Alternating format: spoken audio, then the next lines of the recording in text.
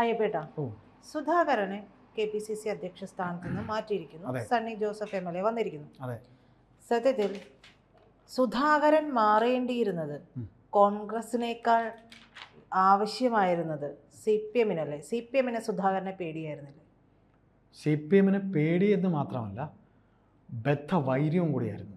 അതിന് ഉദാഹരണം, ഈ പ്രശ്നങ്ങൾ നടക്കുമ്പോൾ മറ്റേത് പത്രം ആഘോഷിക്കുന്നതിനേക്കാളും ദേശാഭിമാനി ആഘോഷിച്ചിരുന്നു. അതായത് എന്തെല്ലാം സുധാകരനെ അടച്ചാക്ഷേപിക്കാമോ അത്രയും ഈ പറയുന്ന ദേശാഭിമാനി എഴുതിയിട്ടുണ്ടായിരുന്നു. ഇന്നിപ്പോൾ അദ്ദേഹത്തിനെ മാറ്റുന്നത് മറ്റ് പത്രങ്ങൾ അതിൻ്റേതായ കാരണങ്ങൾ പറയുമ്പോൾ അദ്ദേഹത്തിനെ തൂക്കിയെടുത്ത് പുറത്തു കളഞ്ഞു എന്നൊരു ഭാഷ്യത്തോടെയാണ്, തെറിപ്പിച്ചു എന്നൊരു ആ ഒരു ഭാഷ്യമാണ് ദേശാഭിമാനി കാണിച്ചത്.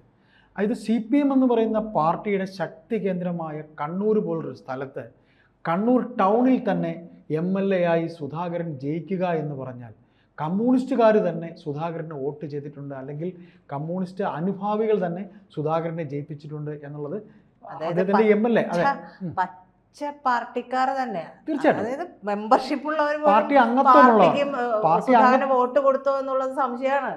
തീർച്ചയായും അത് സംശയമില്ലാത്ത കാര്യമാണ്. അതിന്റെ കാരണം എന്ന് പറഞ്ഞാൽ കമ്മ്യൂണിസ്റ്റുകാരുടെ വരട്ടുവാദമൊന്നും സുധാകരനില്ലായിരുന്നു. കമ്മ്യൂണിസ്റ്റുകാർ, സുധാകരൻ എന്ന കോൺഗ്രസ്സുകാരൻ്റെ പ്രത്യേകത, കമ്മ്യൂണിസ്റ്റുകാരൻ എന്ന് പറയുമ്പോൾ ഈ കട്ടഞ്ഞായും പരിപ്പൂടയും എന്നൊക്കെ പറയുന്ന പോലെ ഇവരിൽ അലിഖിതമായി എഴുതി ചേർത്ത ഒരു ബോഡി ലാംഗ്വേജ് ഇവരിലുണ്ട്. അതിൻ്റെ ഏറ്റവും ഉത്തമ ഉദാഹരണമാണ് മുഖ്യമന്ത്രി പിണറായി വിജയൻ. ഒന്ന് ചിരിക്കാൻ പോലും മടിക്കുന്നത്. AKG അങ്ങനെ ആയിരുന്നില്ല. AKGയുടെ കാലം കഴിഞ്ഞ് ഇങ്ങറ്റം VS വരെ, VS പോലും മുഖ്യമന്ത്രി ആകുമ്പോഴാണ് ഒന്ന് ചിരിക്കുന്നത്.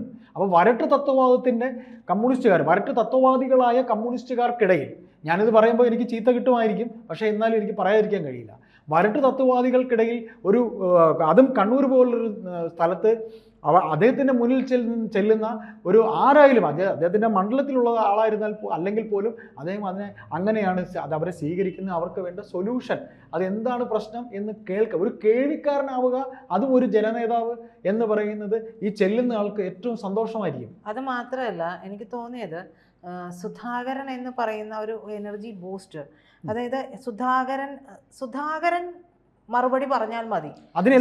അതെ, സുധാകരന്റെ ഒരു മറുപടിയിൽ, അദ്ദേഹത്തിന്റെ ഒരു മറുപടിയിൽ എല്ലാം ഉണ്ട്.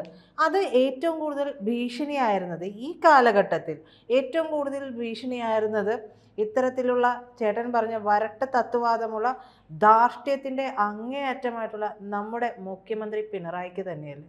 തീർച്ചയായിട്ടും അങ്ങനെ തന്നെയാണ് അതിനെക്കുറിച്ച് പറയാനുള്ളത്.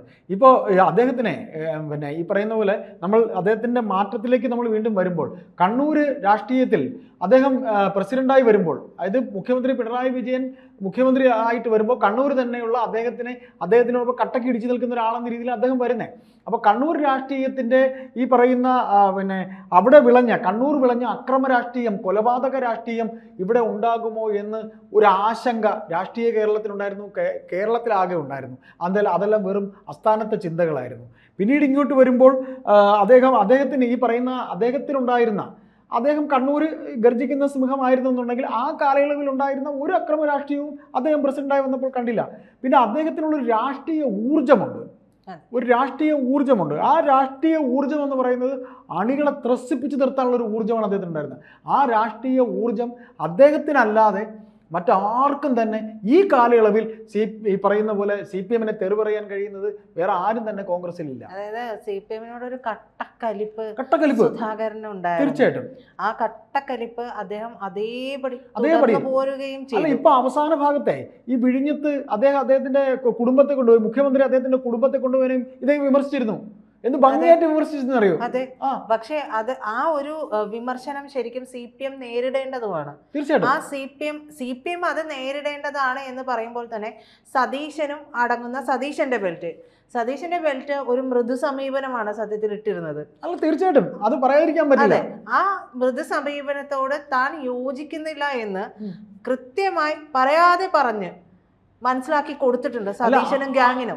അത് തന്നെയാണ് അദ്ദേഹവും സതീശനും തമ്മിലുള്ള വ്യത്യാസം എന്ന് പറയുന്നത്. അവർ തമ്മിൽ ആശയപരമായിട്ട് അല്ലാതെയും അകൽച്ചയുടെ കാരണം അതാണ്.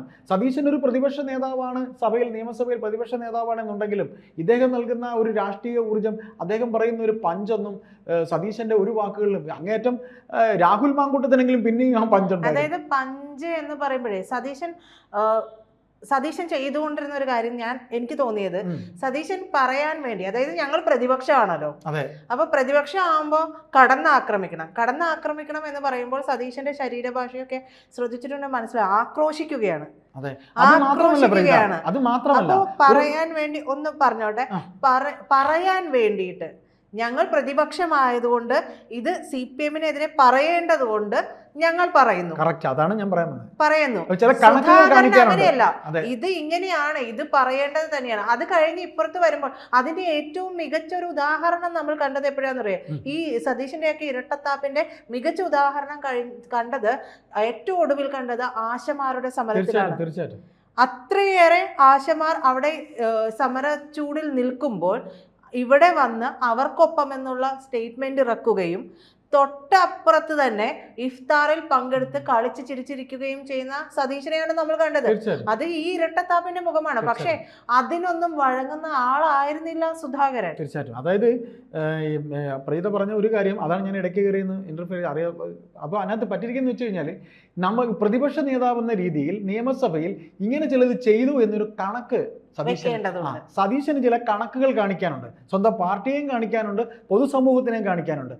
ഈ കയ്യിരുന്ന പേപ്പർ വലിച്ചെറിയുക, ദേഷ്യം കാണിക്കുക, വാക്കൗട്ട് നടത്തുക, മുഖ്യമന്ത്രിയെ അത് പറയുക, ഇതെല്ലാം മുഖ്യമന്ത്രി ഞാൻ പറഞ്ഞതാണ് എന്നുകൂടെ വരുത്തി തീർക്കുക.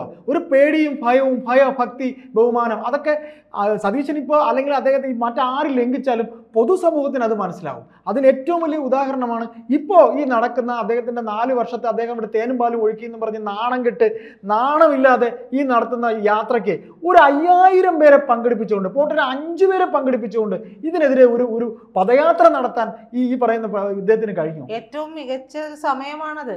ഏറ്റവും മികച്ച സമയം ആകെ ചെയ്തത് ആ ബസ്സിലുള്ള ഇവര് യാത്ര ഉണ്ടായല്ലോ, എന്താ നവകേരള യാത്ര. ഈ നവകേരള യാത്രയിൽ കുറെ ചെറുപ്പക്കാർക്ക് അടി വാങ്ങിച്ചു കൊടുത്തു. അതെ, അതുപോലും നേതാക്കൾ നിരത്തിലിറങ്ങി അല്ല, യൂത്ത് പിള്ളേരെ കോൺഗ്രസിന്റെ പിള്ളേർക്കാണ് അടി കിട്ടിയത്. അതിൽ പലരും ജീവശവങ്ങളെ പോലെ ഇപ്പോഴും കിടക്കുന്നുണ്ട്, പെൺകുട്ടികൾ വരെ കിടക്കുന്നുണ്ട്. അപ്പൊ ഇതിൽ പറയാനുള്ളത്, ഇങ്ങനെ പറയുമ്പോൾ ഇത്തരത്തിലുള്ള ഒരു കാശിനും ഒരു ഊർജവും ഇല്ലാത്ത വി.ഡി. സതീശനെ പോലെയൊക്കെയുള്ള പ്രതികരണശേഷി എന്നേ നഷ്ടമായ, ജയിക്കണമെങ്കിൽ ജയിക്കട്ടെ, ഭരണത്തിൽ വരണമെങ്കിൽ വരട്ടെ, ചെയ്യണമെങ്കിൽ ചെയ്യട്ടെ, ഇങ്ങനെ ഒരു അവിയൽ പരുവത്തിൽ പഴങ്കഞ്ഞി രീതിയിൽ നിന്നവരുടെ സംഘടനയ്ക്ക് ഊർജമുണ്ടാക്കാൻ ശ്രമിച്ച ആള് തന്നെയാണ് സുധാകരൻ എന്ന് നമ്മൾ പറയേണ്ടി വരും. സംഘടനയ്ക്ക് ഏറെ മാറ്റം കൊണ്ടുവരാൻ. പിന്നെ വേറൊരു കാര്യം അദ്ദേഹം ചെയ്യാൻ നോക്കി. കേഡർ പാർട്ടിയാണ് CPM എന്ന് പറയുന്ന പാർട്ടി.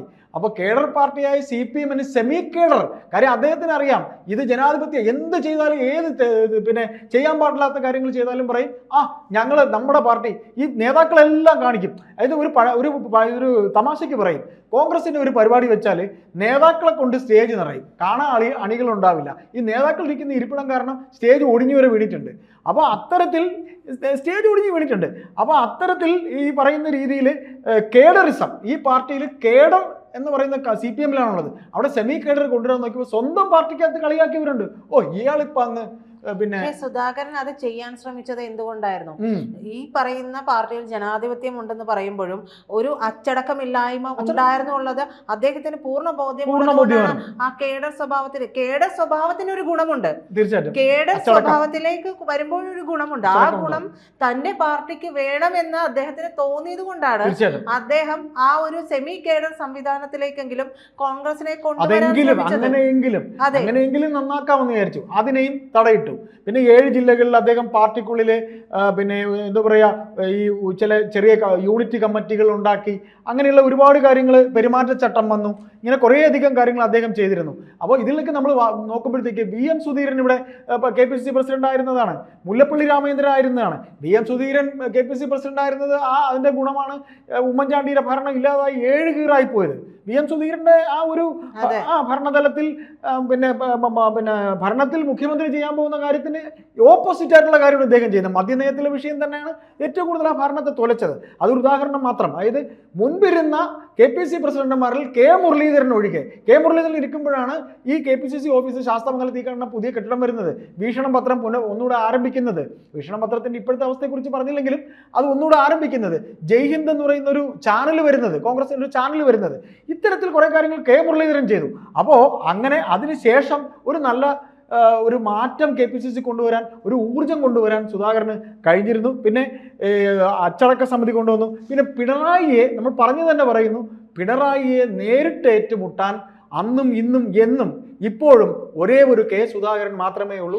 ആ സുധാകരനെ അണികൾ അത്ര കണ്ട് ഇഷ്ടപ്പെടുന്നത് കൊണ്ടാണ് ശരിക്കും അദ്ദേഹം ഒരു എനർജി ബൂസ്റ്റർ തന്നെയായിരുന്നു. അതുകൊണ്ടാണ് അദ്ദേഹത്തിന് മാറുന്നു എന്ന് പറയുമ്പോൾ. ഇപ്പോൾ പുതിയൊരു KPCC പ്രസിഡന്റ് വരുന്നു, ശരിയാണ്.